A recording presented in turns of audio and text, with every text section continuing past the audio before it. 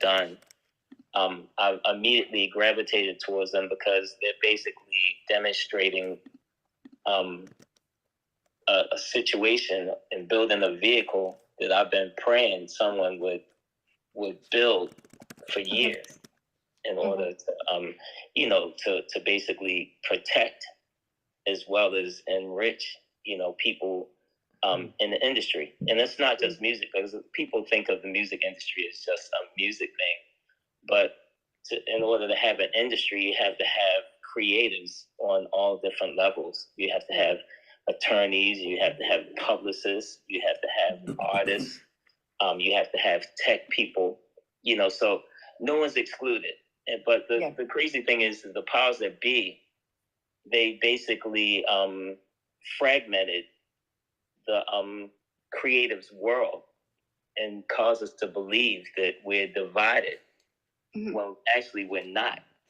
If we all learn how to basically come together and we realize the power that we have, we won't be dependent on the great and wonderful Wizard of Oz that has our smoke and mirrors and telling us what we need to do in order to divide us. I believe OSIS is it's my oasis in the desert. Basically it's going to enable us to realize our powers, put them together, protect ourselves, and make our dreams happen. This is, that is such a, I think in the way that you've just looked back at your career and brought it to today, it's a really good way to understand how someone with such a depth of experience, and I guess the way that your arms and your mind and your creativity and your relationships have been in many different spaces, in terms of, you've probably seen many points in time where people have lost the integrity of their own intellectual property because they had to, or felt like they had no other choice but to hand aspects of that to one conglomerate that produced the sound or made the connections or gave it to other people. And it feels like in some ways it's this big tunnel that takes a person away from their own creativity and makes it someone else's contract for distribution. And I think that potentially simplifies the many ways a person is disadvantaged when they are the actual capital, because they are the person and they are the genius. But I feel like, guys, just before we started this chat, so I'm a real lover of rap and hip hop. Now, I believe there's a lot of poetry in there. I believe there's a lot of social perspectives in there about people's origin stories that really have been positioned by institutions. And I feel like this music space is a great way to look at that as well. We were talking previously, so I am an avid consumer of anything hip-hop, anything rap, but I like the history of it. We were talking previously about the differences between East Coast, West Coast artists, and then there was this really interesting time in the South where a lot of hip-hop rap artists own their own master copies. I think that's correct, isn't it, Darryl? And I feel like they had a lot more ownership of their creativity, and it was a real driving difference in how artists were being used versus using the access points to distribute their own sounds.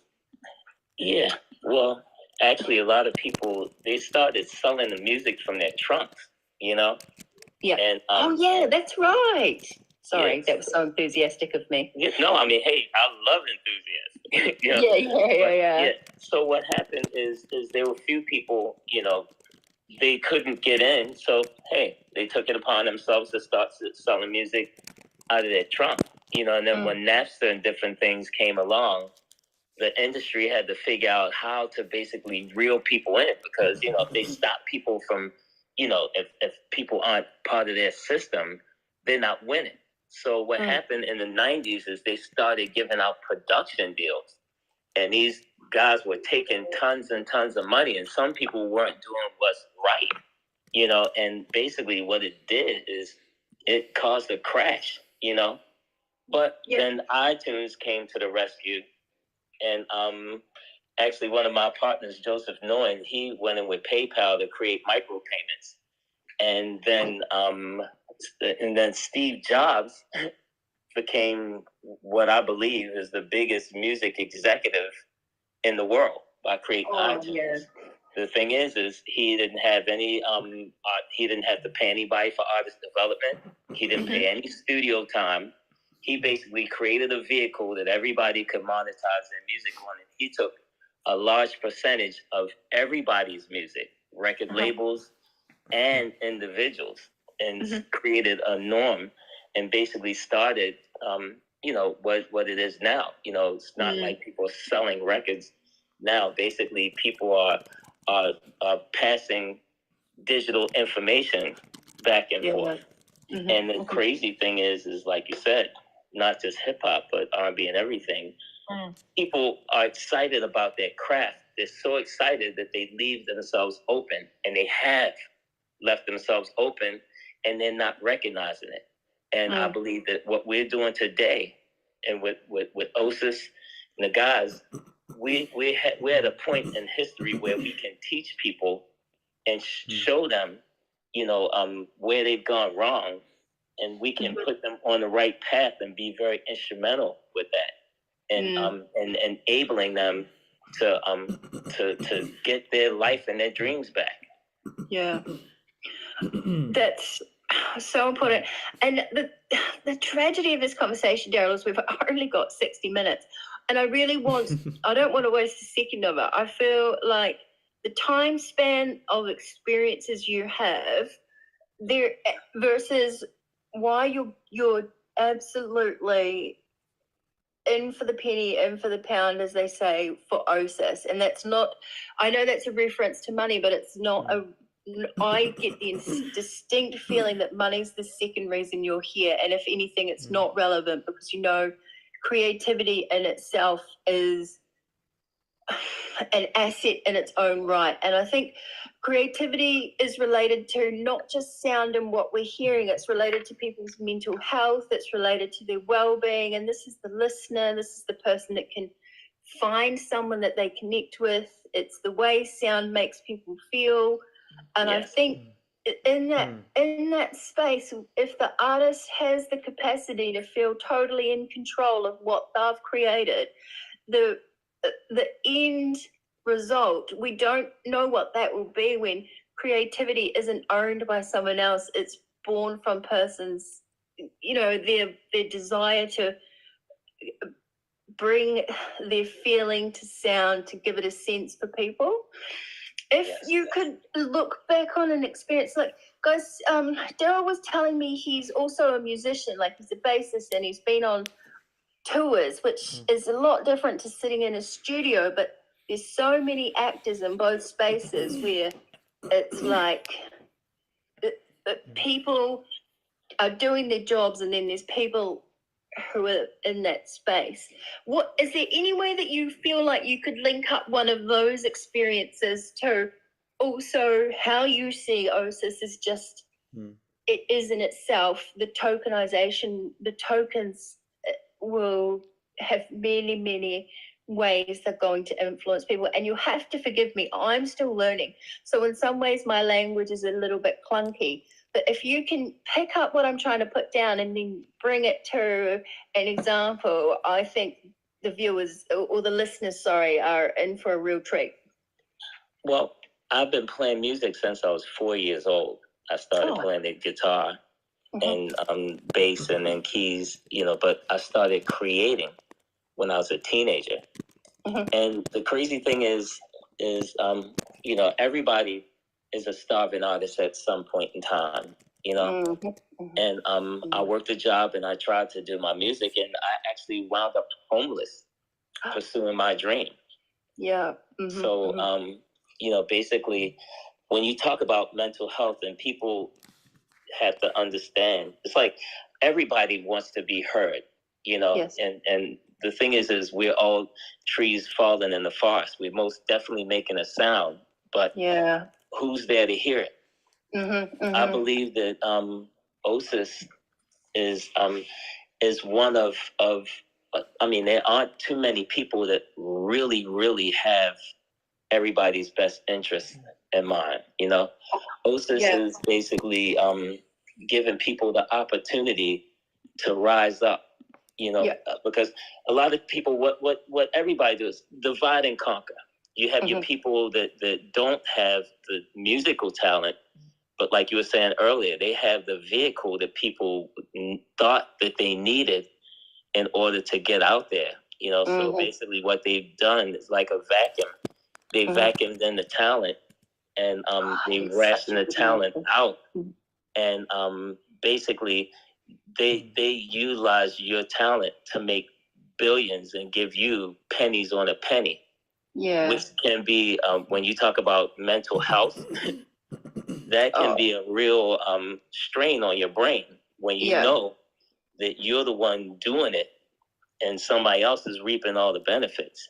And like you said, coming in, I did what I did, and I was so excited that all I was doing was working, just trying to get my stuff done. I wasn't paying attention to what I was doing. I was making music, and it sounded good, and I was happy. But then I got in a position where I got robbed for like millions of dollars by people that were supposed to be helping me. So it's a lesson learned, a very expensive lesson, but painful too.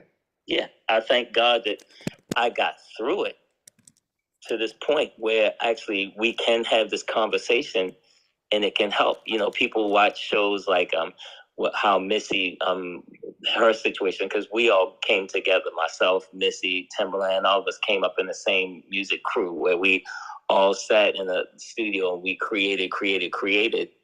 And basically our music was thrown out there. We weren't able to monetize it, but we rebound and we came back out and we did what we had to do. But we have to realize that there's nothing separate. You do what you love. Everybody does what they love, and you take it however far you want to, but you have to really put everything on the table and realize that it all goes together. Sometimes it's not about the money. For some people it's not, but you can't create. If I don't have money, I can't buy a guitar. I can't buy a keyboard. I can't buy a computer, so that's important. If somebody's treating me well, I'm happy. If somebody's dogging me out, I'm sad, so you got to put that mental health part in with the money, and then two, protection. I was looking at my catalog, myself and some friends, and I was looking at my credits, and I'm like, wow, the only people in the room for this record was myself and Missy Elliott. Why there's 6 other people on the record? Yeah, why is my 50% 5% now? And how did it happen? I wasn't in the room with the record company executives when they got a call from somebody that they liked and basically put all these names on there. And then when I disputed, ASCAP's going to hold up all the money. So it's like, man, I got to let go in order to get something. Yeah. So when these type of games happen, that can put a real strain on your brain when you're trying to do this for a living, When this is all you do and 45% of your revenue's gone and you didn't even know it until you get your first check. That's a serious blow, Yeah. And that's where tokenization comes into play. What OSIS is doing, if there was such thing as Web3 back then, or the blockchain or tokenization, it wouldn't happen, because guess what? Whoever tried to rob me, their hand's stuck in a cookie jar. You know, Yeah. you were not in the room according to this contract and this session that was on the blockchain. There were these people in the room, and anybody else that tried to get in, you're a thief. You're a thief and a robber, and you get caught in the blockchain. Yeah, and that's there's so numerous situations. So yeah. But I think I think this is the thing. So Jalal and Chris, in their own way, will have had these types of life lessons. Something somewhere along the way, it just all came together, kind of like the Slumdog Millionaire moment. It's not so many series of questions in a moment of time. It's a series of experiences that culminated in an interest in 2007 to making a project that kind of took people to a safer place in terms of what they wanted to do. And I think, do you have any, in terms of tokenization and blockchain, if you had an artist in front of you, how would you, and they had no concept of what tokenization is, what would you tell them about the smart contract versus the corporate contract? Okay, basically what I would tell them is this. Okay, they don't know about tokenization, but every time they do a transaction with a bank, there's a token that their information is basically in. That utility is basically providing protection for their information going back and forth. Now, when you have a smart contract like this on the blockchain, like if that utility, that token is a utility that's going to protect your information. If you have a contract, there's some people that are rich and savvy enough and have the right lawyer where they can basically, they could infiltrate your contract, you know? They have more money than you, they can basically override you. Now, if the information, yes, exactly. They know that you're going to run out of money before they do. So they're going to take what they want and you're going to deal with it, you know? Yeah. Yep. Now, if your contract is if you basically create a token through OSIS and your music is in there already, you know? Hey, because when you go to court, you have to prove that what is yours is yours. And if it's there, you know, and you basically made a smart contract that's on the blockchain, which nobody can go into an office and basically change that because once it's on the blockchain, that's on the blockchain, you know, you can't change it. So I tell my artists, you know, hey, if you do a smart contract, if basically your session is logged in on the blockchain, so basically from its conception, we know everybody that was in the room, everybody that was in the studio, we know all the percentages, and it's basically, it's locked in on the blockchain. To be honest with you, you really don't even need an attorney at that stage in the game, you know? Your contract is a smart contract and is safe and secure as opposed to a traditional contract that could be manipulated by somebody, you know? So it really takes that. It really, when you close the door on the production room, it's the people in the room that are on chain as evidence to who was in that space. Yeah. And if they start another session, it can be on the same chain. So you can actually keep track of it rather than a he say, she say type situation. So true. I think and then I guess that's the thing, right? So if you jive with a dude that plays a really good saxophone and you love this chick's backup and you have someone down the block who does something that you love as well, you can actually bring them in as well. You don't have to use someone's specific singer because they get royalties off them. You don't have to use someone's specific musician because they get royalties off them. You can actually bring in the people that you feel the most creative with, and you don't have to be beholden to anyone else. Correct? Well, it changes the thing all those. is that's where the smart contract comes in too, because what happens is you can bring in the person. I'm gonna be honest with you. There was an instance where there was a major artist, and I'm not saying any names, but there was a major artist that got a pretty well-known writer before they became well-known to write on some music, and didn't pay this person. Yes. So this person went back to the union and forced the label to pay them $40,000. Because they didn't cover their behind. Which was fair because the person was being cheated. Yeah. Now, the thing is, you can bring in people that you want, but what happens is you establish from the beginning, okay, are you a work for hire or not? If the person is a work for hire and they got paid, they don't have any rights to the publishing, right? Now, if you bring in a person you didn't pay them, they have rights to publishing depending on what they did.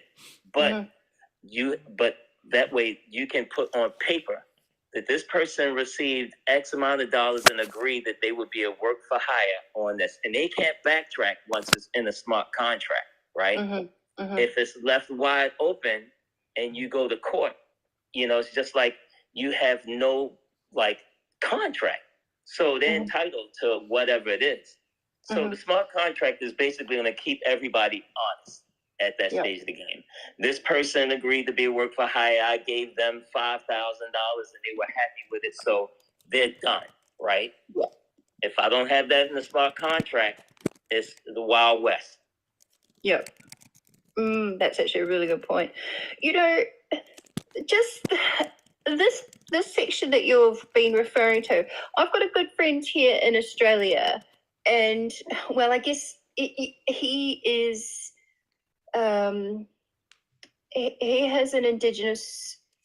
He is an Indigenous Australian gentleman, and he holds first language. He's a first language songman for his nation, and there's very few of them in nations. I'm just being very tentative about how I speak because I'm not a First Nations person myself, but I adore First Nations culture. But I understand that how do I say this without being political? It's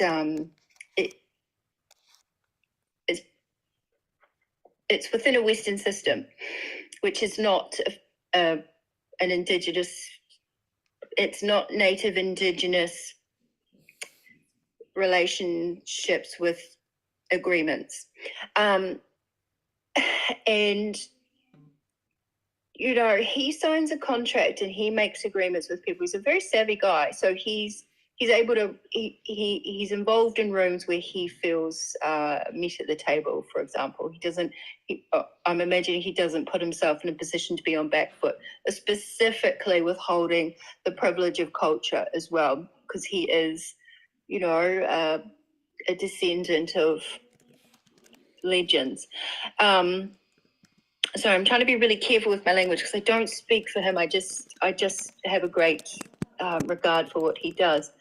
And I think smart contracts for people with really specific stories they sing, with really specific sounds they bring that may be passed down from generation to generation. It's not something they want to give to a corporate or give to a lawyer to put in a contract. I feel like smart contracts are a way to keep culture within community as well, versus give it to a corporate entity to create a business from it. Does that make sense?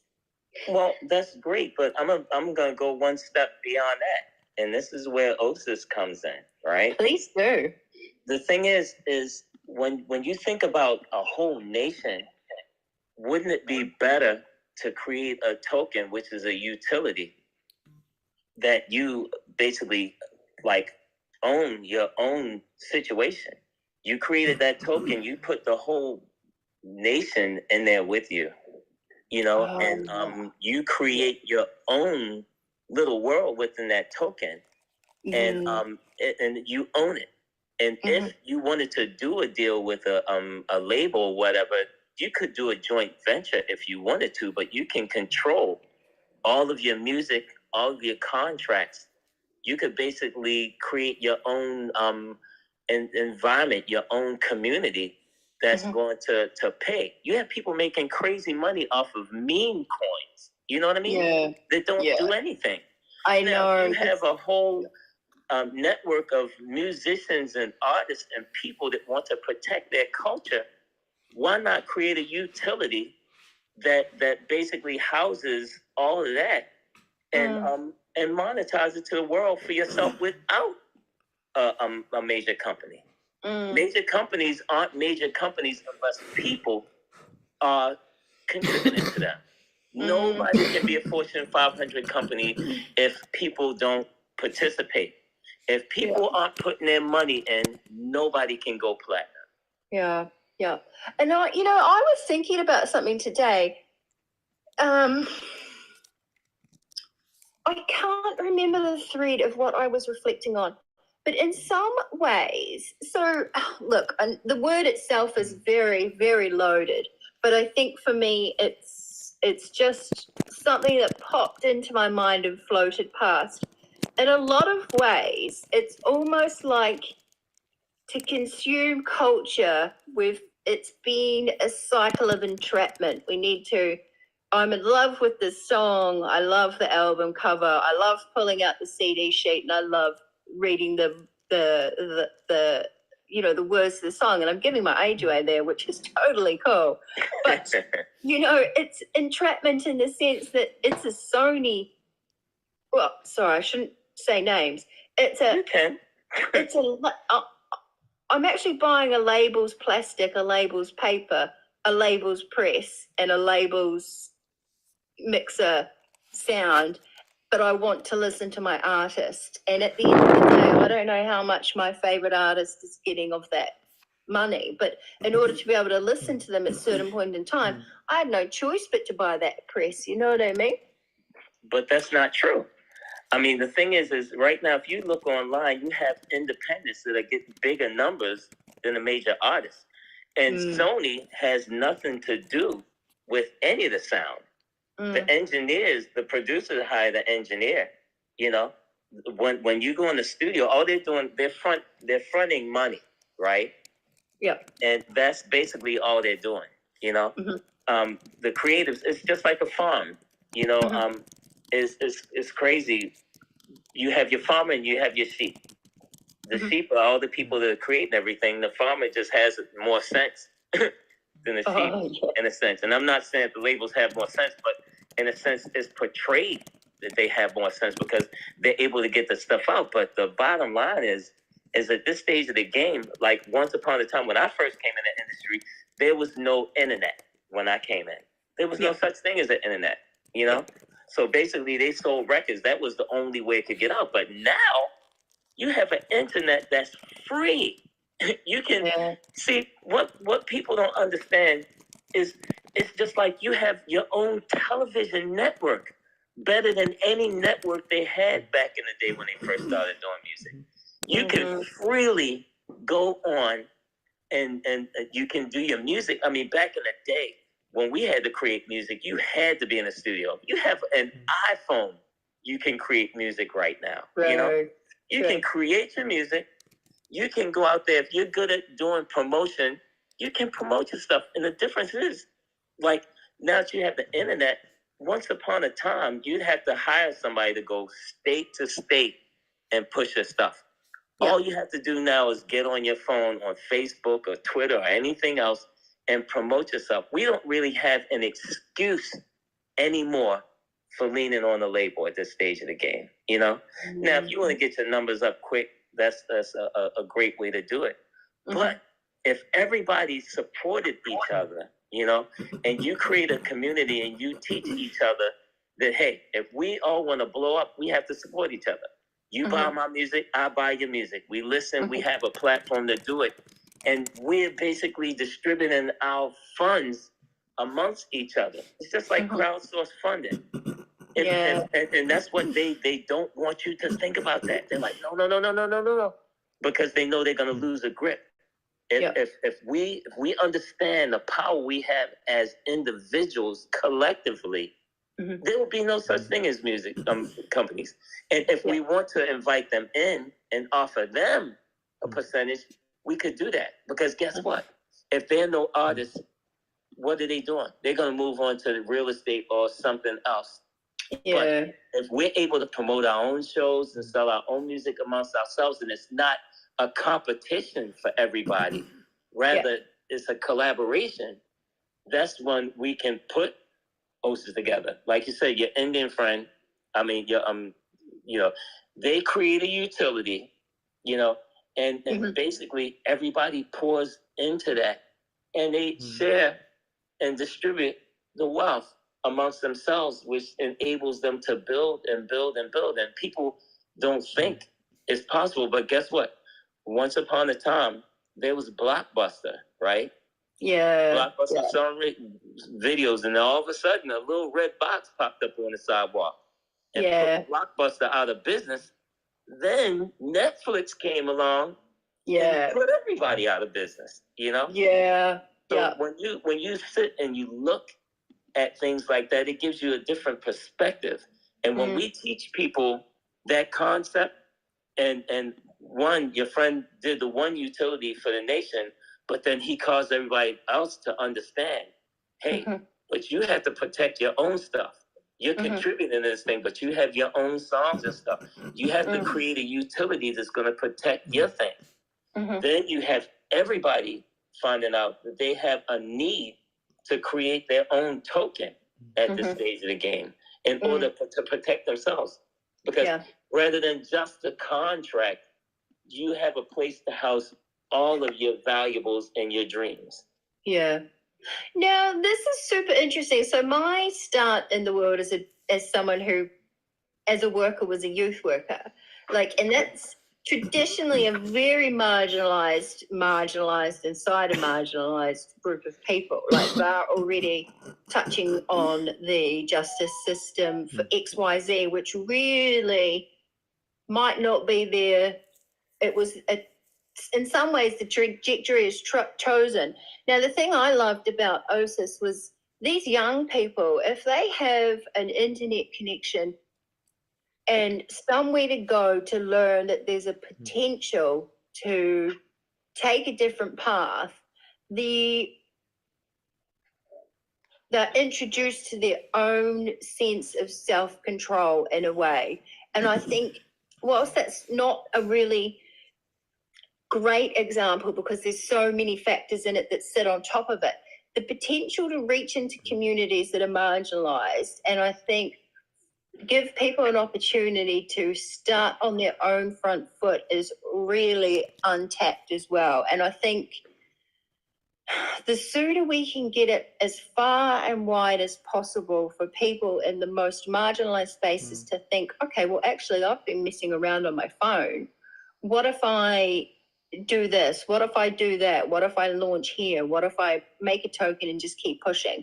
I think in this way, we're really, really, really coming to a new era of meeting artists. I don't know if we really truly understand yet what kind of transition this will be for everybody to be able to express and offer their creativity to the world as well. Does that make sense? Do you see this as a potential as well? That is all I see. My thing is just like I tell Chris and Jalal, being, once upon a time I was homeless, like I said. You know, I grew up in Baltimore City when I first grew up in the ghetto, My family got us out eventually, and then we moved to the suburbs. But the thing is hard knocks. Yeah, and it wasn't as easy for me as it is for a lot of these kids that are taking what they have for granted.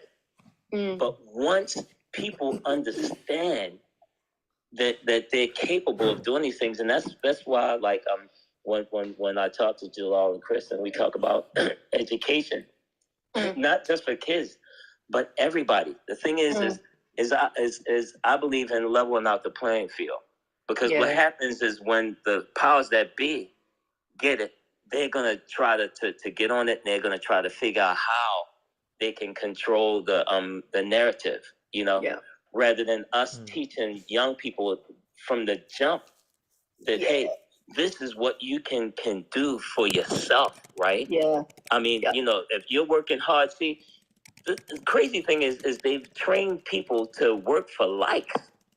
I'm working for likes. Yeah. Rather than turn those likes into dollar bills when you think about it, right? Yeah. If you could turn your likes into dollars, you'd be a very rich person. And actually you can. Advertisers, what happens is people get on these social media platforms. They basically gather millions and millions of people to this social media platform.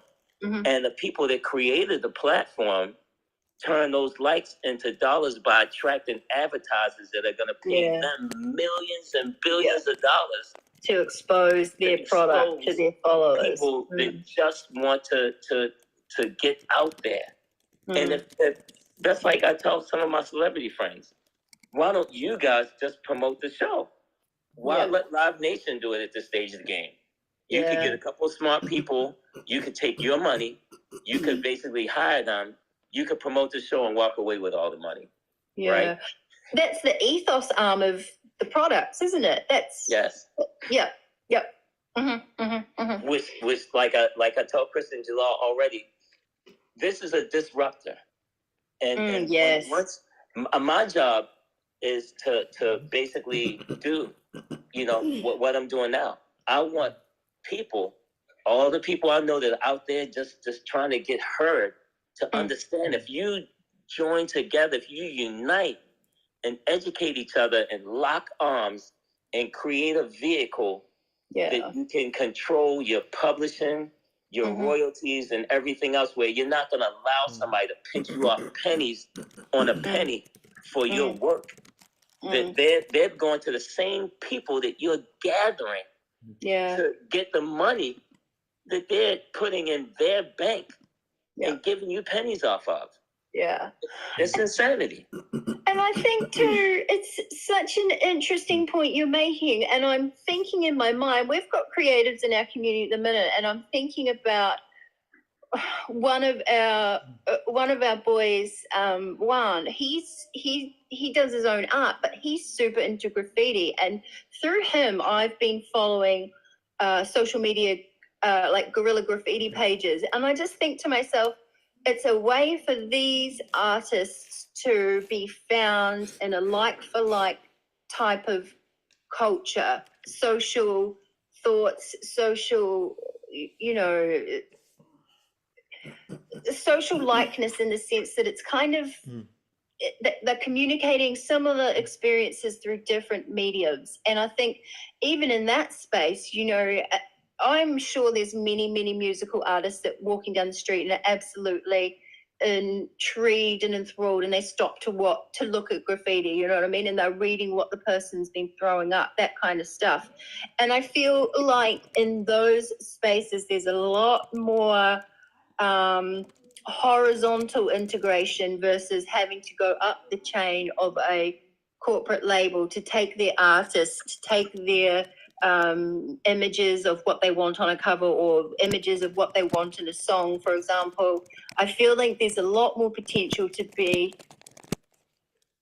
meeting people in a really organic way and coming together in a melting pot to just really continue to demonstrate what the creativity of humans versus the direction of, corporates.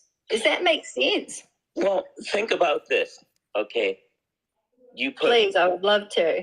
This is great. You put your guy that does graffiti in the room with Chris or myself, with the musicians, with Luigi or one of these other guys that do video, with you that do podcast and promotion and whatnot, and you basically create a universal music group. And all you have to do at that stage of the game is get a money person, and you get a person that knows how to promote. You put it all in a package, and you're doing exactly what the label did. But there are no brakes or no governors on what you can do. You can go as far, as fast as you want. The thing is we've been taught to be lazy. You know, and then too, on top of that, you can make the album art an NFT and gain revenue on that. What you do is you can basically create NFT album out of what you created, and all of you are basically sharing from you're eating now, and nobody's trying to spoon feed you. Nobody's convincing you that they are the great and wonderful Wizard of Oz and they did this. You know, no, you did what you were doing all along. You just basically created a vehicle amongst yourselves that you can monetize and take care of you and your family forever in your own community.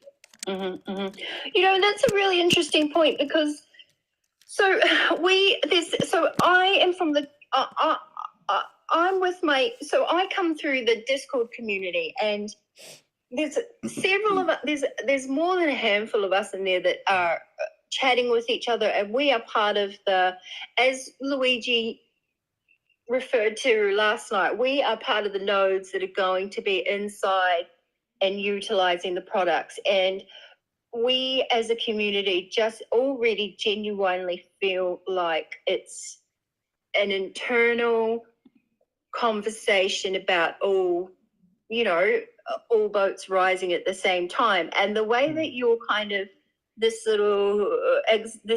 actually it's not little at all, this huge example of change that you've just kind of walked us through, that sense of the community building inside of the community is already alive in our OSIS Discord. And we had one of our guys I was talking to one of our guys, and he was coming at it from a different angle around what we could do as a community to use the products in a way that creates an enterprise for us. And I think enterprise is the wrong word. It's just all we have at the moment in terms of where we're learning. What it might look like in 5 years' time, we might have a completely different word for it. It might be a sovereign opportunity. We may even call it a sovereign opportunity type of contract, because it's really that capitalizes on what we're actually doing. It's an opportunity for people to come together and be, sharing a business opportunity or a business venture together, but of a same concept. And the way that you explain everyone coming into the room and go as far and fast as you want, that kind of concept can happen in many, many different ways, that people feel engaged with each other and they can just start to be brave enough to talk through concepts and bring them to life. And I wonder too, how long before this can start happening, do you think, Darryl? And I know we're coming to the top of the hour, and I really want to use these last probably 10 minutes or so, because I'm going to have to open it up to questions, and we'll keep chatting. And if any questions pop up, we'll invite them in. But how soon do you see this mass adoption happening, Darryl?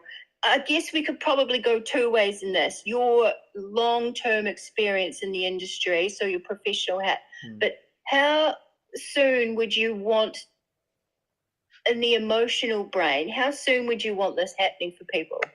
Now, you know what?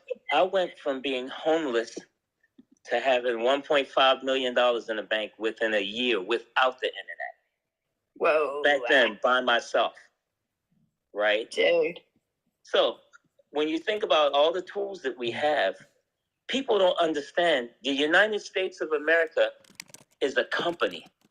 People don't look at it that way, but the United States is a company. People don't know it. They don't understand their rights, their powers.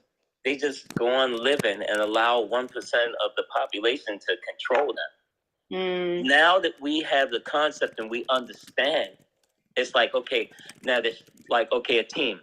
If you're on a team, you could sit on the bench all season. If they win a Super Bowl, you have a ring at the end of the day. You have your people that have a lot of followers, and you have your people that have a little bit of followers, right? The thing is just like the Justice League of America. Superman doesn't have to be in the water, and Aquaman doesn't have to leap tall buildings. You identify people's strengths and their weaknesses. You cause people to stay in their lane and do what they do, and you make it start working right now. Who is the best creative? Who does the videos? Who does the music? Who can do the promotion? It can start happening tomorrow. Once you get that product in place, you start monetizing it, right? But you protect yourself before you start monetizing it by creating a coin. But Chris and Jalal already did that, right? So the thing is once everybody sits down at the feet of like whoever it is, and they get their group together, you can start monetizing today. Your efforts, as long as you're like unified. Everybody's afraid of people being unified. Once you're unified, you identify your strengths and your weaknesses, and you put it on the table, and you put it all together. You win. And that's why I say this is a disruptor. What's happening is a seed. Be a seed. Plant yourself and allow the world to see it. Because just like, think about this. If you're in a place and you might be a nobody, but you found a actual unicorn. Every media outlet in the world is going to be in your backyard. That's the game. When you create that vehicle and you start doing what you do, and you start teaching people, and you backing them into your culture the same way as Universal or Sony did, you win. Disney, Universal, it started from people, a couple of people. My partner Joseph Noyan, he was in the room with Jimmy Iovine when they first started Interscope Records, right? Oh, real? They were regular people, just like you. The thing is they had an idea and a solution, and anybody that comes up with a solution is going to get rich. And right now, OSIS is a solution to a problem that has existed, and the only reason why it has is because we allowed it to. Everybody's afraid. I can't do this by myself. And they're doing it. You're doing it for somebody else. Collectively, not one person. That's why I never walk over a penny. I'm picking it up. Pennies make dollars, you know? And I'm just going to say this. Okay, a financial person taught me this before it got on the web. If I could offer you a bunch of money, and I said I have 31 days to give it to you, I can give you a penny today, and I can double the amount for 31 days, or I can give you $500,000 cash right now. Which one are you going to take? Which one's anybody going to take, basically? I guess when you throw it on the table like that, everyone's going to reach for the 500.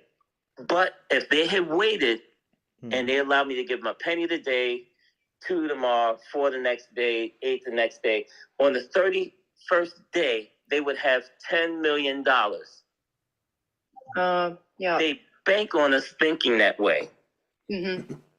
We have to get our thought process right. And this is a vehicle that we can just start by. See, the thing is you lead by example. You get a couple people to start doing something. You guys work on a project, right? You get it off the ground, and you guys start supporting each other.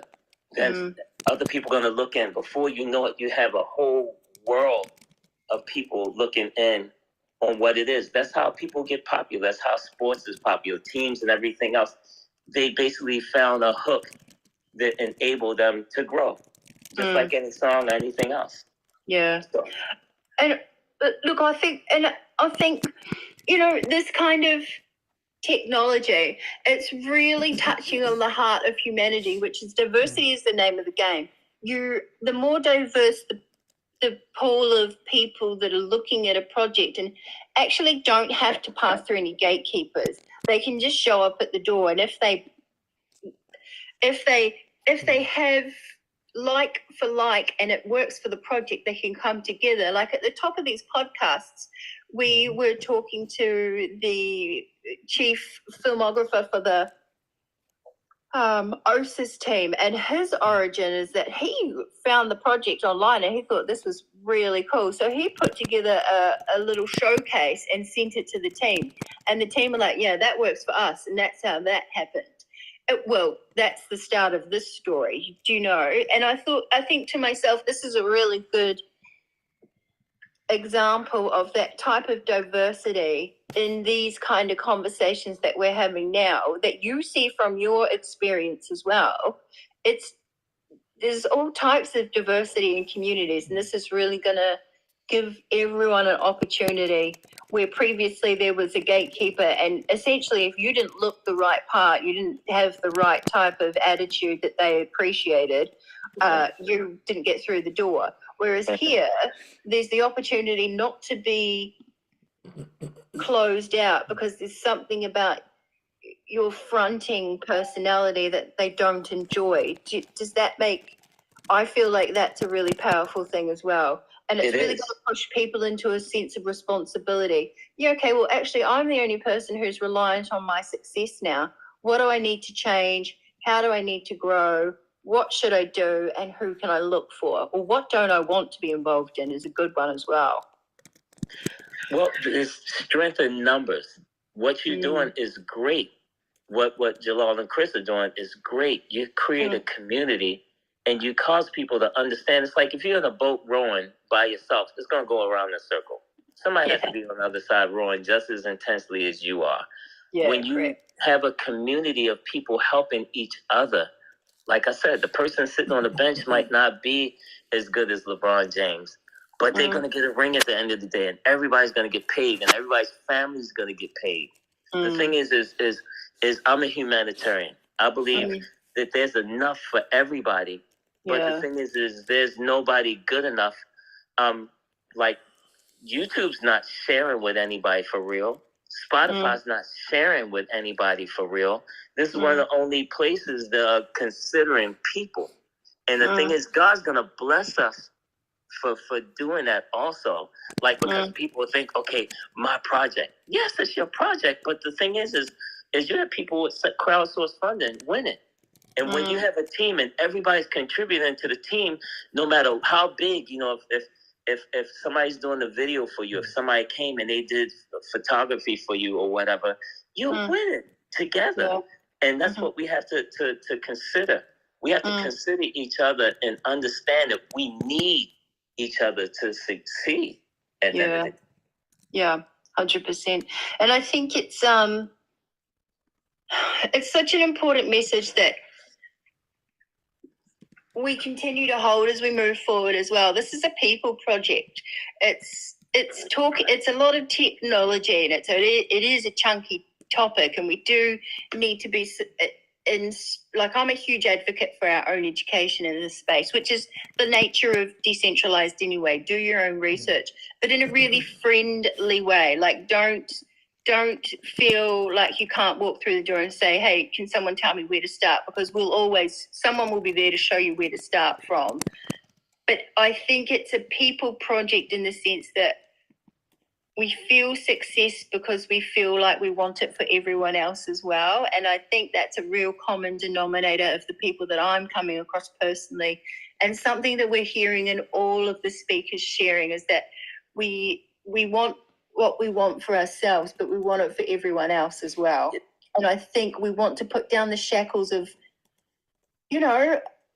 8-hour days that essentially belong to someone else's project. We want to, in some ways that really works for other people, but in some ways it really doesn't work for other people, but they're beholden to needing a paycheck at the moment. Do you know what I mean? And I think there's so many ways and so many minds in this space that as long as we just keep talking and finding out what people's backgrounds are and then coming together with the technology and talking about it, we're going to find people like yourself that absolutely understand their craft, but they also understand how this platform, these products are going to work for the entire space, because you know how it's going to work for you.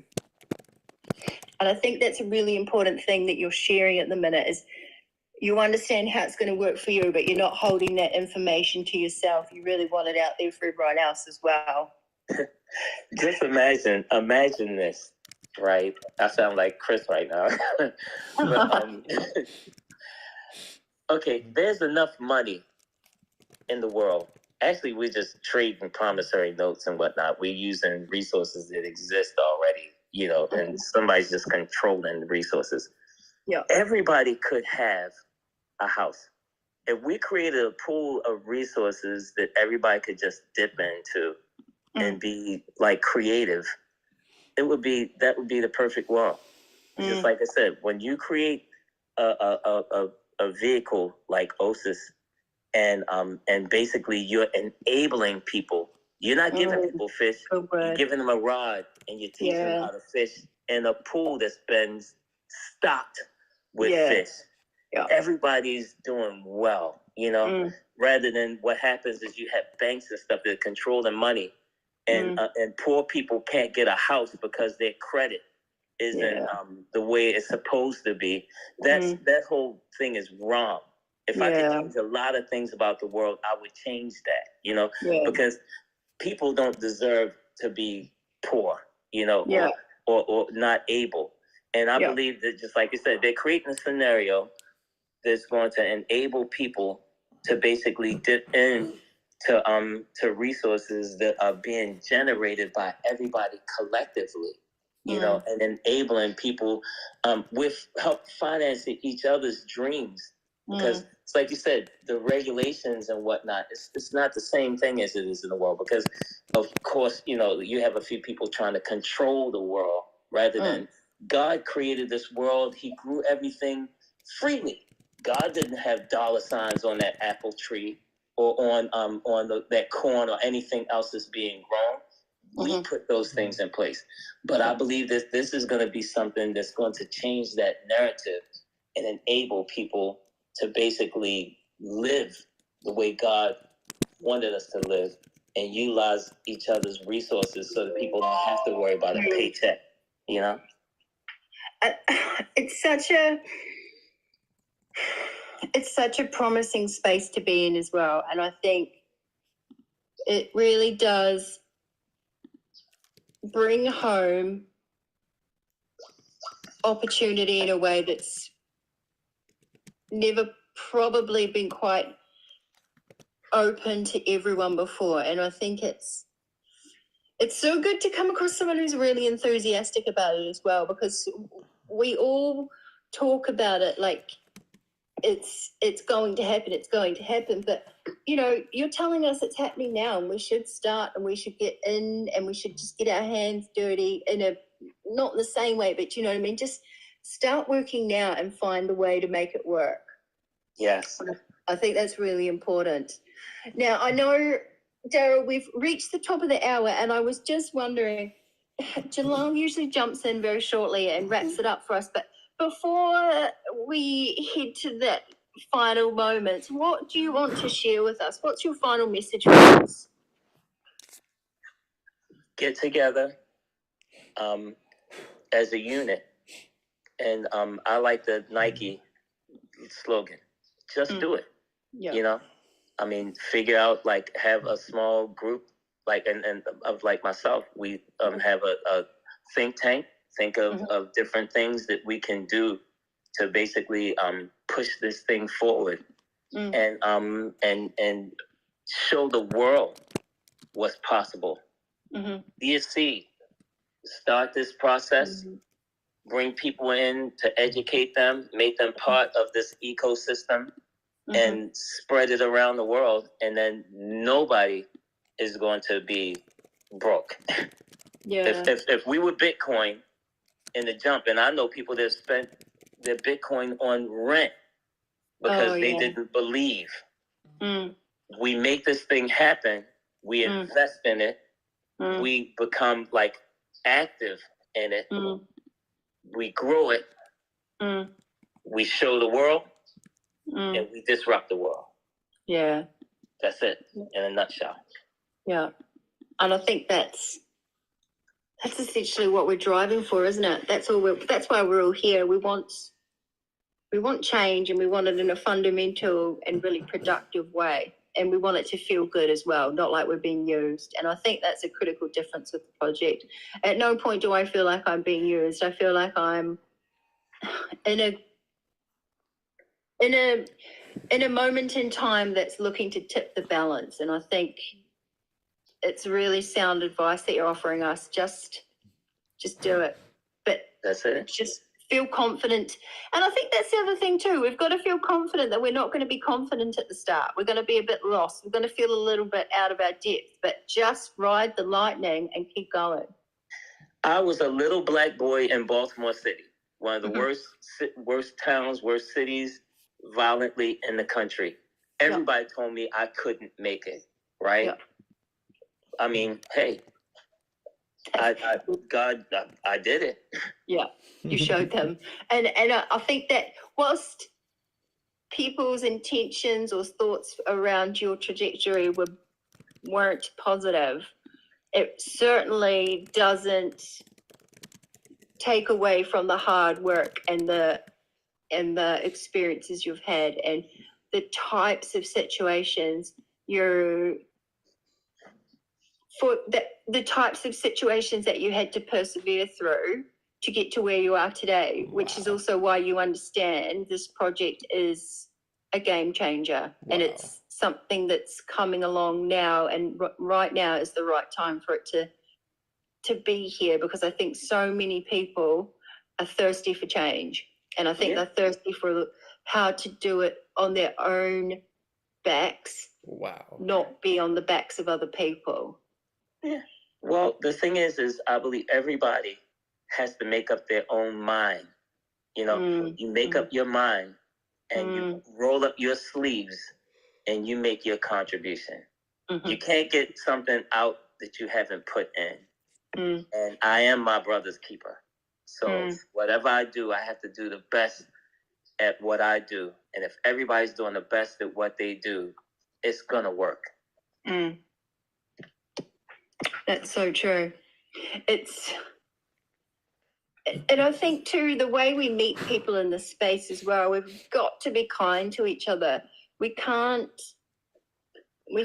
bring that same burnt out attitude that we may have in other spaces because we're tired of the way we're being treated. We have to be kind to each other in a way that holds each other accountable, but also it doesn't turn people away either. I think we've probably got a more than a glut of people that are feeling burnt out by the way they've been treated or left behind in the world. And I think if we can just hold all that quite delicately, but also ask people to show up and show their skills, I think there's a lot that can be said and done in this space. Now, I think I see a question in our Discord, so let me just jump in. I think it was asked for Jalal to ask it, but I might just do it because you never know what phone call Jalal's on in the background. Like, that man is up 24 hours a day. Okay, so this is from 301 Golden Kid. So he's at work at the minute, and this is actually the artist that I was talking to you about that's got me down the graffiti rabbit hole. So his question is, if content ownership will create profitable, independent, personal labels for individual artists who choose to tokenize all their work in art, how will that affect the current music industry as a whole, mainly larger labels? Well, the thing is ultimately, if everybody starts their own thing, larger labels are going to have to rethink their business model. They're going to have to be fair at this stage of the game, because I'm going to be honest with you, they have not been fair for a long time. Now, of course, they put up their money to enable people to get things done, and that's well appreciated. Thank you very much. But just like you said, being kind to each other, we have to be kind to ourselves and it's not going to eliminate them.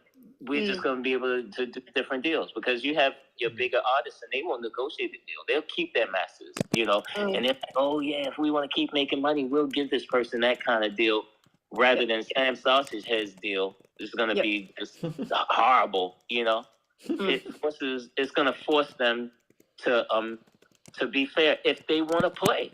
If they don't want to play fair, they don't have to play at all. We can do it ourselves. So we got to start thinking about ourselves at this stage of the game. And I think there's real potential for the right person to actually tokenize but create a label that invites people in, but in the smart contract, the respect for their autonomy is there, and it's just that one token that creates a vehicle for them to express themselves. And at any time, smart contracts can be completely different to a legal contract. It can even suggest that when a person is ready and able and on their own feet, they're able to leave. And, fair is fair. Whatever was, tokenized during the relationship, parts of it, in the term of its entire life on the blockchain, parts of those come back to the original token owner. But thereafter, by all means, please, let's just collaborate and watch you grow. I think that's the type of label contracts we have the potential for in this space as well. Not so much I hold you for the rest of your life, or I hold you for 6 albums and they must sound like this, you must look like this, you must work with this person. It's right, this is a safe space, and when you're ready and you tell me you're ready, you can go, but you've always got access to what we have here. I think I believe in joint ventures more than anything anyway. That's why I said that I believe Steve Jobs was the greatest record company executive in the world, because basically, like I said, he didn't force anybody to do anything. He gave them a way to sell their music and took his percentage and let people be who they are. And I believe that model is great. Yeah. I think it's a case study. And I've said too, and I think it'll be really interesting, some type of documentary that shows Jalal and Chris as they built the OSIS project. I know this is a slightly different tangent, but how they built it. They didn't go out to make a meme coin. They went out to make an ethical project with technology that's built by people for people. And I think that's a really important origin as well. And I think we've just actually had Jalal jump in. Yes, I was going to say, Rachel, you've uncovered a little secret gem that we haven't really talked about. There is a production being put together from very, very early on in the project, of content being filmed, and Oliver is a big part of creating that. So we do have something, and people will be able to see it, but it'll be in a few years once a lot of things are said and done. Everyone can kind of look back on how things all started. But hey, everyone, we are over time. I'd like to actually take this opportunity to conclude today's space and today's podcast. Thank you so much, Darryl, for giving us the time and the vision. A lot of people in the community are super excited. They love the positivity. They love the vision. I'm sure a lot of people are going to come back to this recording and listen to it a dozen times, because you've dropped a lot of knowledge and information that people realize that they need. So thank you so much, Darryl, for the time. Thank you so much. Thank you so much, Rachel, for the wonderful hosting. Yeah. You're welcome. It was a pleasure, Darryl. So lovely to meet you. This is like a once in a lifetime opportunity. You guys too.